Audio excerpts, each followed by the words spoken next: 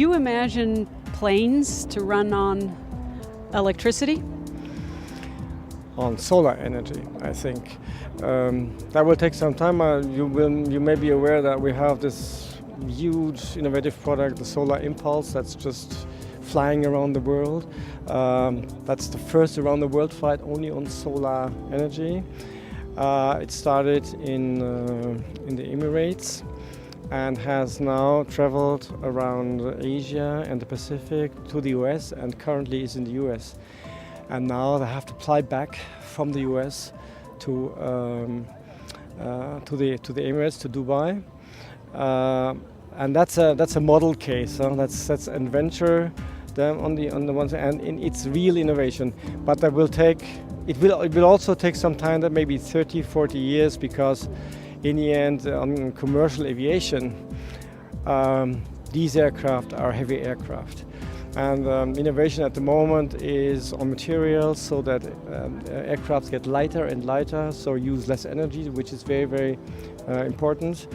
But there will be a day when you will have a commercial airplane powered by solar energy.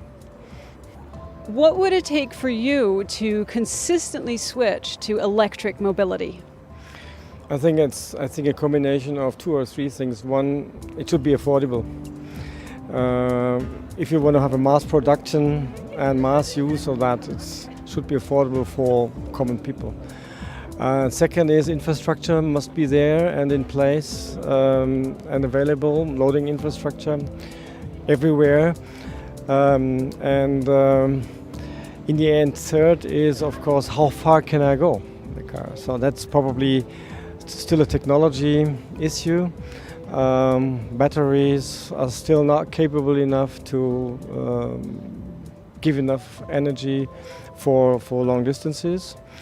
But I think that's only in a matter of time that will be solved, because as far as I know, a lot of research is done to come to that point that it gets more and more a common issue, and that more and more people can use that.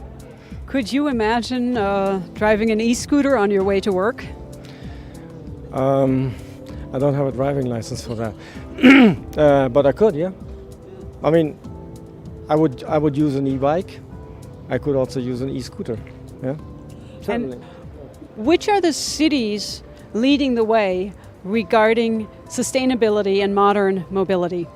Well, there are a few cities at the forefront of this development. Those cities who have intelligent urban mobility, that have to work on, of course, public transport systems. Those cities who, for example, work on biking concepts and have a biking network also in the city. Munich is on that way.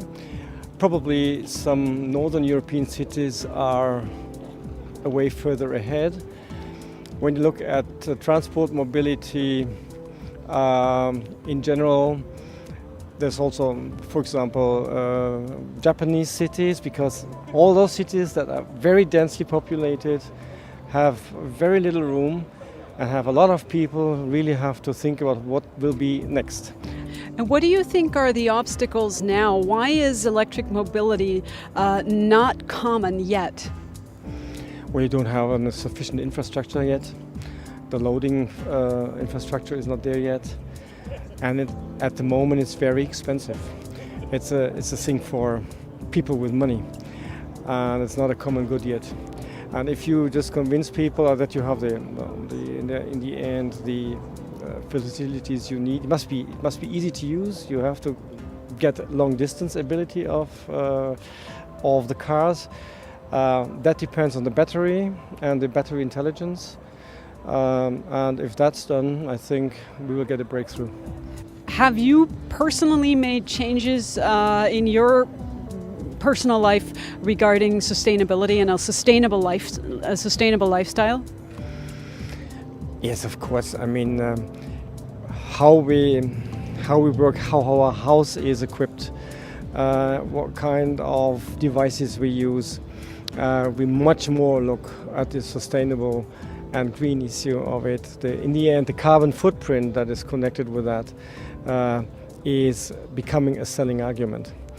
And as a normal consumer, I more and more look at it. Not all the time, but of course I'm much more aware of it.